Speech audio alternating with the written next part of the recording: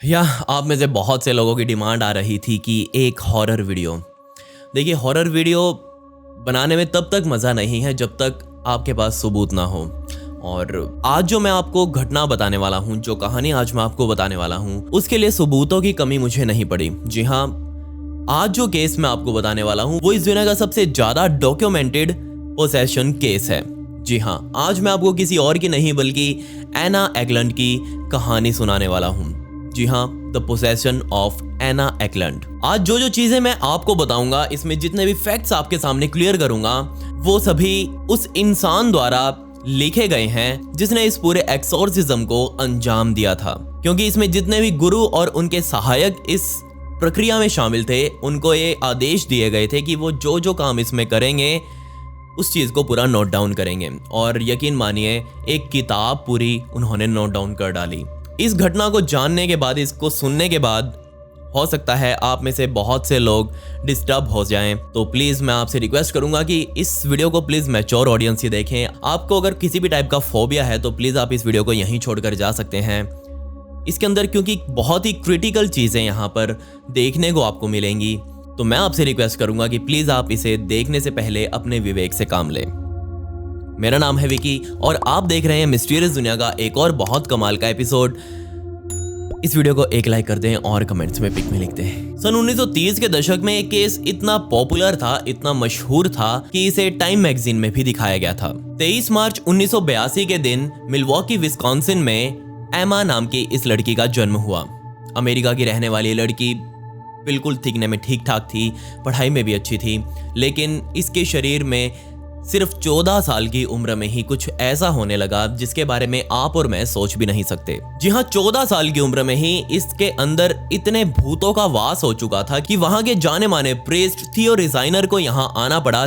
जी हाँ, सोचकर देखिए, पूरे 32 सालों तक इस लड़की के शरीर को ऐसे ऐसे भूतों ने अपना घर बना रखा था जिनके बारे में हम आज पूरी तरह से जानते भी नहीं हैं। और ये कोई हवा में मैं बातें नहीं बोल रहा, बल्कि ये फुली प्रूव्ड है। अब मैं आपको बताता हूँ कि वो लड़की करती क्या थी। असल में जैसे ही उसके माँ बाप उसे कभी चर्च में लेकर जाते प्रेज वगैरह करने के लिए, प्रेयर वगैरह करने के लिए, तो वो वहाँ पर जाकर रखे हुए स्टैचूज वगैरह को काटने लग जाती। और यहाँ तक कि वहाँ के प्रीस्ट के भी पैरों को कई बार उसने काटना शुरू कर दिया था। वो बीच प्रेयर में वहाँ से उठती और सीधा जाकर पैर पकड़ लेती प्रीस्ट के और उन्हें काटना शुरू कर देती। ये सब ऐसे ही नहीं हुआ था शुरू। जी हाँ, इन सब के पीछे का कारण उसका बाप था जिसका नाम जैकब था, और उस जैकब का ही एक दूसरा प्यार था जिसका नाम मीना था। मीना और जैकब का आपस में चक्कर चल रहा था, लेकिन एमा को ये चीज पसंद नहीं थी। इसके अलावा एक और कारण था जिससे जैकब उससे बहुत नाराज था। जी हाँ, वो कारण था अपनी ही बेटी के साथ यौन उत्पीड़न करना। जी हाँ, जैकब बार बार एमा को कन्विंस कर रहा था कि वो उसके साथ यौन संबंध बनाए, लेकिन एमा नहीं मानी। उन दोनों का रिजल्ट क्या निकला ये तो मुझे नहीं पता, लेकिन एमा की ना सुनकर उसकी आंटी मीना और खुद जैकब बहुत ज्यादा नाराज थे। और यही वो आंटी मीना थी जिसने पहली बार एमा के शरीर पर काला जादू किया था। और जैसे ही उसका 14वां बर्थडे आया तो उसने उसे अगले ही दिन चर्च में जाकर बहुत अजीब अजीब चीजें करनी शुरू कर दी। जी हाँ, वो वहां जाकर चर्च में तोड़फोड़ करने लगी, सबको घूरने लगी, सबके ऊपर चिल्लाने लगी। और ये सब देखकर लोग बहुत हैरान थे। कुछ टाइम तक एना ने खुद को संभाल कर रखा और ये सब कुछ टॉलरेट किया। उसने अपनी अजली माँ के साथ भी ये सब कुछ डिस्कस किया, और पता नहीं क्यों बेचारी उसकी माँ ने भी एना की कोई मदद नहीं करी। और सालों तक वो एना का ये हाल देखती रही। और फाइनली उसकी माँ उसे डॉक्टर के पास लेकर गई। वो बहुत परेशान हो चुकी थी एना की हरकतों से, लेकिन वो जिन जिन डॉक्टर्स के पास एना को लेकर गई, सभी ने उसकी माँ को एना की क्लीन चिट दे दी। किसी को भी उसके शरीर में कोई बीमारी नजर नहीं आ रही थी, वो बिल्कुल ओके थी, कोई मानसिक बीमारी उसके शरीर में मौजूद नहीं थी, उसका आईक्यू लेवल एकदम ओके था।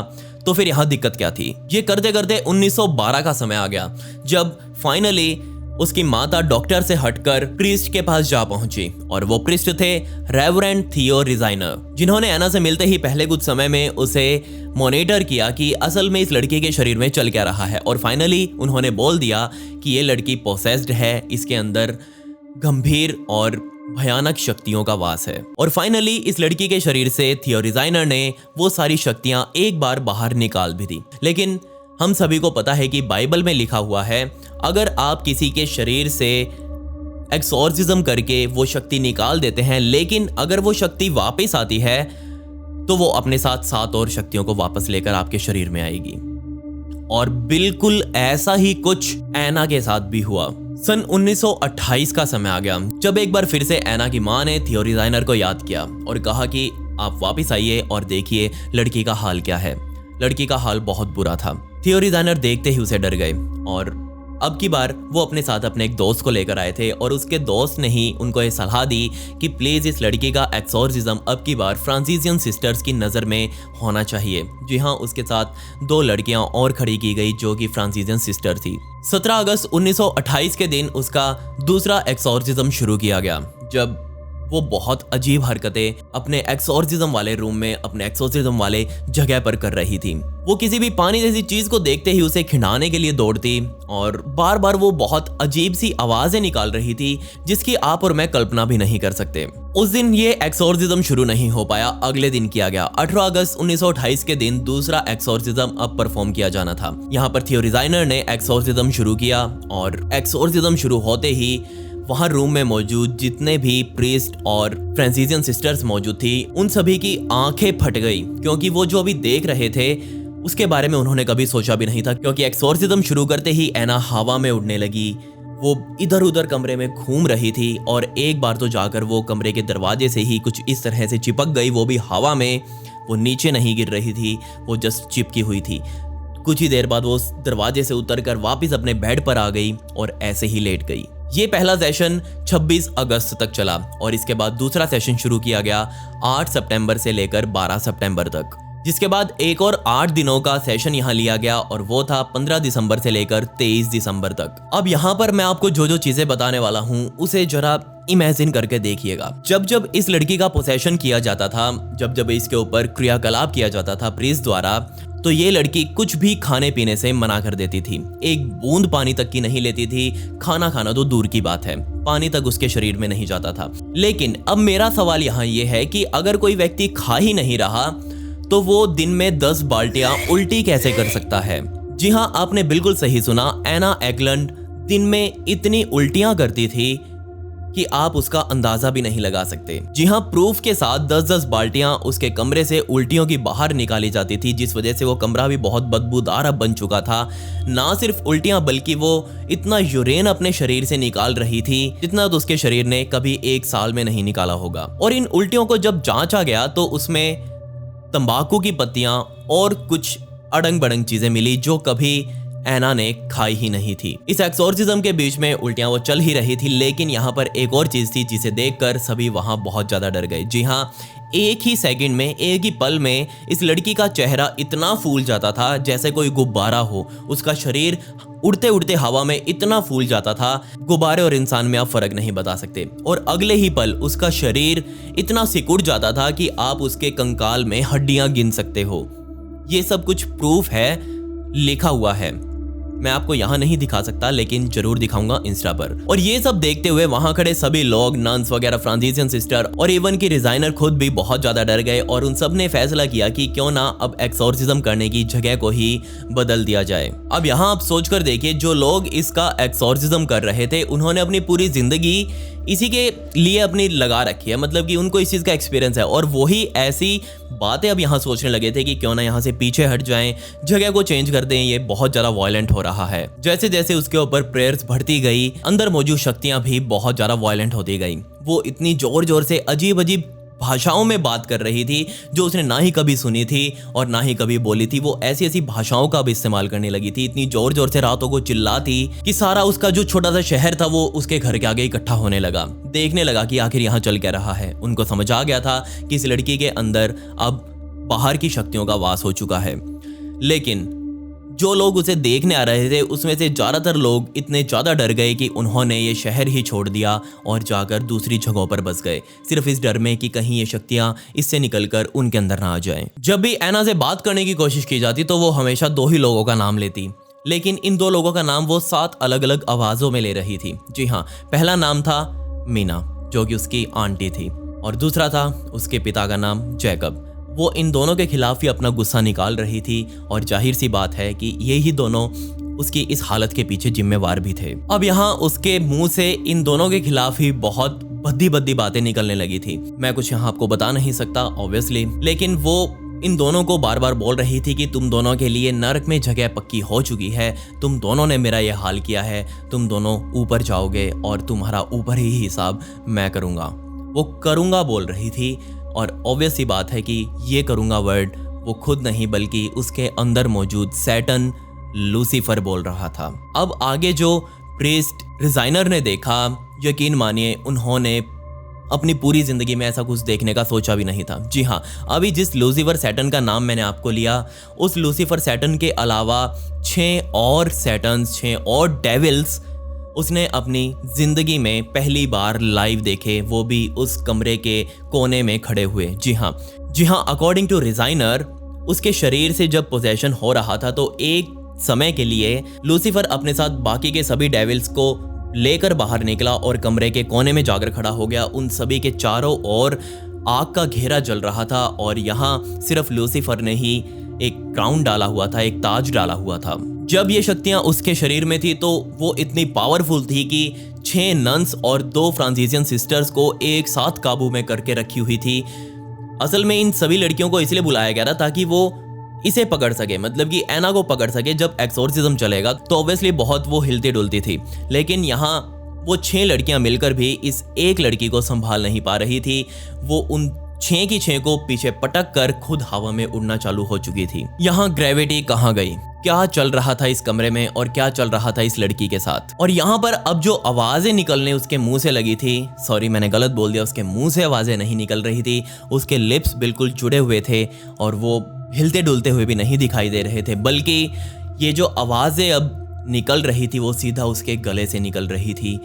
कोई इंसान गले से कैसे बोल सकता है? ऑब्वियसली उसको बोलने के लिए मुंह खोलना ही पड़ेगा, लेकिन यहाँ आवाजें सीधा उसके गले से ही आ रही थी बिना मुंह खोले। इसके बाद डिजाइनर को अभी ये समझ नहीं आ रहा था कि ये सब फ्लूइड जो उसके शरीर से उल्टियों के रूप में निकल रहा है, इतना यूरिन निकल रहा है, इतनी उल्टियां वो कर रही है, ये सब है क्या और उसके शरीर में आया कहां से? क्योंकि इस एक्सोर्सिज्म के दौरान ना ही उसने कुछ खाया है, ना ही कुछ पिया है, एक बूंद पानी तक नहीं, एक टुकड़ा रोटी का नहीं, तो फिर इतना सब कुछ बाहर कहां से निकल रहा है? जब इसका जवाब डिजाइनर को मिला तो सच में वो भी दहल गया। जी हाँ, ये वो चीजें थी जो उसकी आंटी मीना ने उसके ऊपर काला जादू करते समय इस्तेमाल करी थी। कुछ मसाले और कुछ तंबाकू की पत्तियां यहाँ उसने इस्तेमाल करी थी, लेकिन इन्हीं की बहुत बड़ी अमाउंट अब उसके शरीर से बाहर निकल रही थी। इस एक्सोर्सिज्म को करने का साइड इफेक्ट अब सीधा सीधा प्रीस्ट थियो रिजाइनर पर भी आ चुका था। उसके अंदर मौजूद डेविल्स ने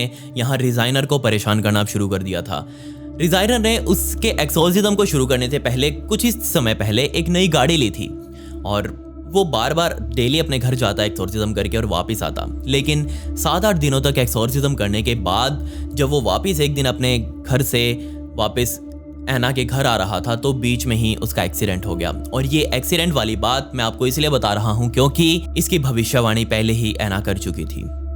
जी हाँ, उसने बोल दिया था कि ऑब्वियसली तू यहाँ मरेगा और किसी भयंकर एक्सीडेंट में मरेगा, लेकिन किस्मत से एक्सीडेंट होकर ही रह गया। लेकिन एक बहुत लंबे इलाज के बाद थियो रिजाइनर बच गए। थियो रिजाइनर ने ही दुनिया के सामने सबूत दिया था कि उन्होंने असल में शैतानों को देखा है। उन्होंने ही बताया कि लूसीफर, जिसके पूरी तरह से काले बाल ऐसे लटक रहे थे, उसने सिर पर ताज पहना हुआ था, वो सबसे लंबा था, उसके चारों तरफ आग का एक बहुत बड़ा घेरा हमेशा चलता रहता है। जो पेजेस प्रीस्ट थियो रिजाइनर ने यहाँ बनाए थे उस लिख कर कि उस समय एक्सोर्सिज्म में आखिर चल क्या रहा है, उन पेजेस को, उन पर लिखी हुई चीज़ों को बहुत सारे, जी हाँ, दुनिया के बहुत सारे डेमोनोलॉजिस्ट ने स्टडी किया, उनको समझने की कोशिश करी और वो यहाँ इस नतीजे पर पहुँचे कि यहाँ कुछ वर्ड्स थे जो उन्होंने गलत लिख दिए, मतलब कि एना कुछ और बोल रही थी और प्रीस्ट ने यहाँ कुछ और लिख दिया, लेकिन वो यहाँ इसका मतलब समझ चुके थे कि आखिर वो यहाँ बोलना क्या चाह रही है। अब मैं आपको बताता हूँ कि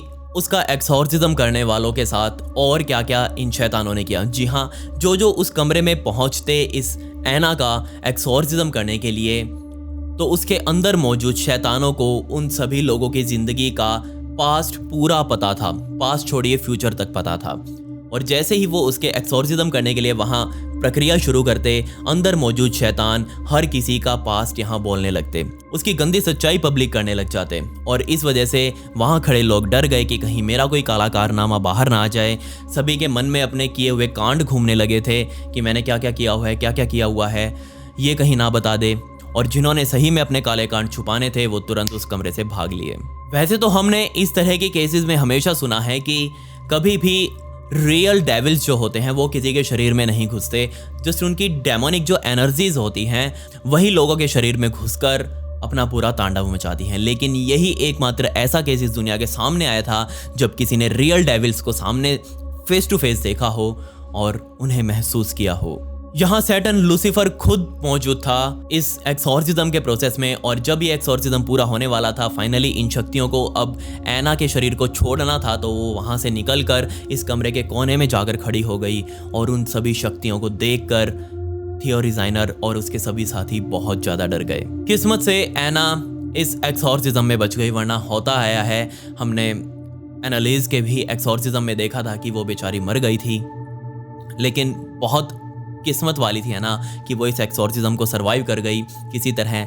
और जैसे ही सभी शक्तियाँ उसके शरीर से बाहर निकली और जैसे ही अंतिम शक्ति उसके शरीर से बाहर निकली, तो सबसे पहले शब्द थे एना के मुंह से निकलने वाले, प्रेज जीसस, जिसका मतलब साफ था कि उसे दिमागी रूप से पता था कि उसके साथ क्या चल रहा है, लेकिन वो शारीरिक रूप से उसको कंट्रोल नहीं कर पा रही थी। अब यहाँ पर आपको मैं इस केस के ऊपर, इस पूरे काम के ऊपर अपने कुछ विचार देना चाहता हूँ। सोचकर देखिए, आप एक पेरेंट्स हो और आपके बच्चे कहीं बाहर जाकर ऐसे काम कर रहे हैं जो बहुत ही दिल दहला देने वाले हों, तो क्या आप इंतज़ार करेंगे उसके अपने आप ठीक होने का, या फिर आप उसे डॉक्टर के पास लेकर जाएंगे?